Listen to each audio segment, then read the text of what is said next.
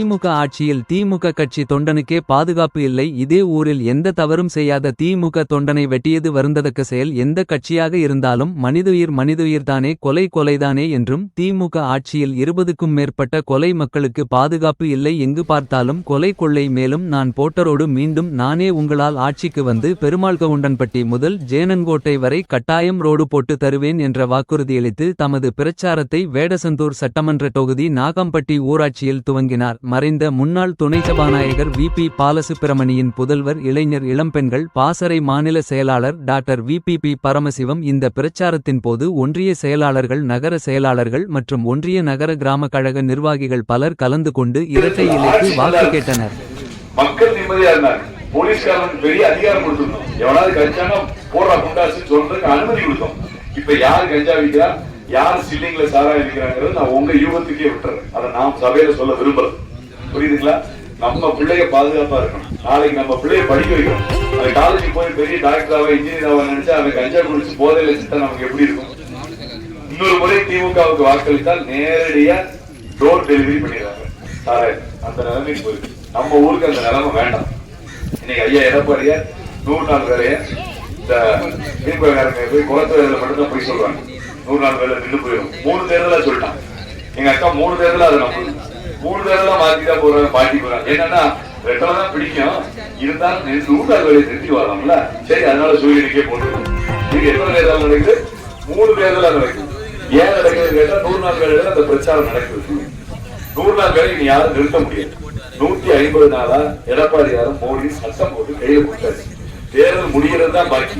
முடிஞ்ச அடுத்த வருஷத்துல இருந்து 150 நாள். ஆனா 150 நாள் வேலை கொடுக்கலையா, எத்தனை நாள் கொடுக்கலையா அத்தனை நாளைக்கு ஃபைன் அரசாங்கத்துக்கு. அவன் 100 ரூபாய் மீனிங் போட்டு உனக்கு 50 நாள்ல 5000 ரூபாய் ஃபைன் கட்டணும். வேலை கொடுக்கல அட்டை போட்டு நீ கம்ப்ளைண்ட் பண்ணலாம், கலெக்டர் கேஸ் போடலாம் அவன் மேல. இதுதான் சட்டம். இப்ப இருக்கிற சட்டம் இல்லை. அவனா பார்த்து ஏதோ கொடுக்கணும். இப்ப 50 நாள் தான் வேலை நடந்திருக்குன்னு சொல்றாங்க. அப்படியா? அப்ப மீறி 50 நாள் காசு யார்கிட்ட போய் கேட்கறது? நம்ம 50 × 300 5000 ரூபாய் ஆட்டை போட்டாச்சா? என்னமோ பண்ணி நீ யாரையோ படிச்சு உனக்கு எது போட்டு போட்டுருக்கோம்? திமுக ஆட்சியில் வச்சிருக்கோம். எங்க உரிமையை வாங்கி தரது தானே. எங்களுக்கு 50 நாள் வேலை இல்ல. நீ நேரம் வந்துருக்கணும்ல கலந்துக்க. மோடி போடல. மோடி பரமசிவம் இருக்கப்பே மோடி தான் பிரதமர்.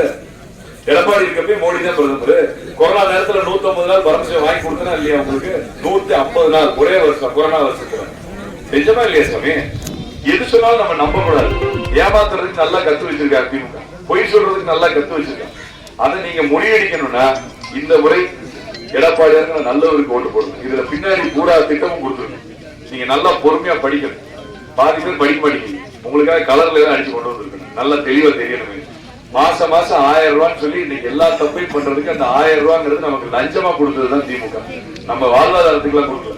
ஏன்னா அவர் கொடுத்து 1000 ரூபாய் வச்சு கரண்ட் பில் கூட கட்ட முடியாது. ஏன்னா இப்ப கரண்ட் பில் 3 தடவை ஏற்றியாச்சு. முதல்ல எல்லாம் எடப்பாடியார் காலத்துல அம்மா காலத்துல 100 யூனிட் பெருசா இருந்தா ஃப்ரீயா கொடுப்போம் 100 யூனிட்.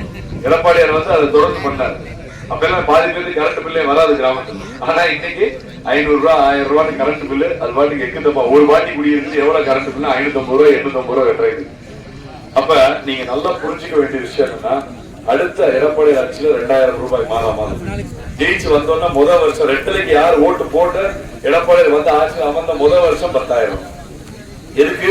திமுக அரசு நம்மள்ட்ட தெரியாம தேவையில்லாம வாங்கின வரி பணம். கரண்ட் பில், குடிநீர் வரி, சொத்து வரி, விலைவாசி ஏற்றம், நாளைக்கு தங்கத்தை நிறுத்துறது, நம்முடைய ஸ்கூட்டியை நிறுத்துறது, இப்படி அரசிடமிருந்து நமக்கு வர வேண்டிய நிதிகளை நிறுத்தி தேவையில்லாமல் நம்மளை வரி கட்ட வச்சு அந்த சுமையை கொடுத்தனால மீண்டும் கஜானால இருந்து எடுத்து திருப்பி ஒரு 10,000 இந்த மக்களுக்கு ஒரு ஊக்க தொகையாக, ஒரு உதவி தொகையாக, ஒரு அன்பு தொகையாக உங்களுக்கு கொடுக்குறோம்னு சொல்லியிருக்காங்க. அப்ப புரியுதுங்களா? திருச்சி வந்துருது எடப்பாடியார் வந்தோடனே 2000 மாதம் உதவித்தொகை உயருது. 1000 இருந்து 2000 ஆகுது. யாரையும் விடுபடுறது இல்லை. அதிமுக காரனுக்கு 1000 கிடையாது, திமுக காரனுக்கா குடும்பம், இந்த கட்சிக்காருக்கா கிடையாது. அப்படி பாகுபாடு இல்லாம எல்லாருக்கும் 2000. திருச்சி 10,000 ரூபாய். 100 நாள் வேலை, 150 நாள். போதை இல்லாத தமிழகம், கஞ்சா இல்லாத வேடசந்தூர். இதுதான் நம்முடைய இலக்கு. படித்தவர்களுக்கு வேலை வாய்ப்பு. மாயனூர் அணையிலிருந்து எங்க பெரியவங்க எல்லாம் ஆசீர்வாதமா கேட்டிருக்காங்க. இந்த குளத்துக்கு தண்ணியை நிறுத்து. அப்பா மாதிரி பில்லு கொண்டு வந்தார். அப்பா நீ குளத்துல தண்ணியை நிறுத்தாமே உனக்கு ஓட்டு போறோம்னு சொல்லியிருக்காங்க. தலையை அனுமானம் வச்சாரு. அவ்வளவு தேவை இருக்காது. ஏன்னா எடப்பாடி விவசாயி அவரு நானே பண்ணிருக்கீங்க தலையில ஆரம்பிக்கிறேன்.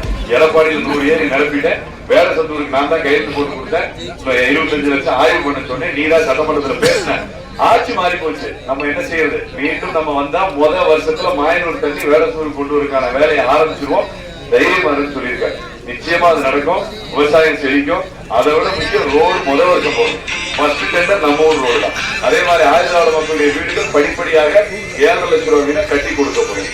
இதுதான் உங்க தம்பி, உங்க அண்ணன், நான் உங்க டாக்டர் சொல்ற உத்தரவாதம்.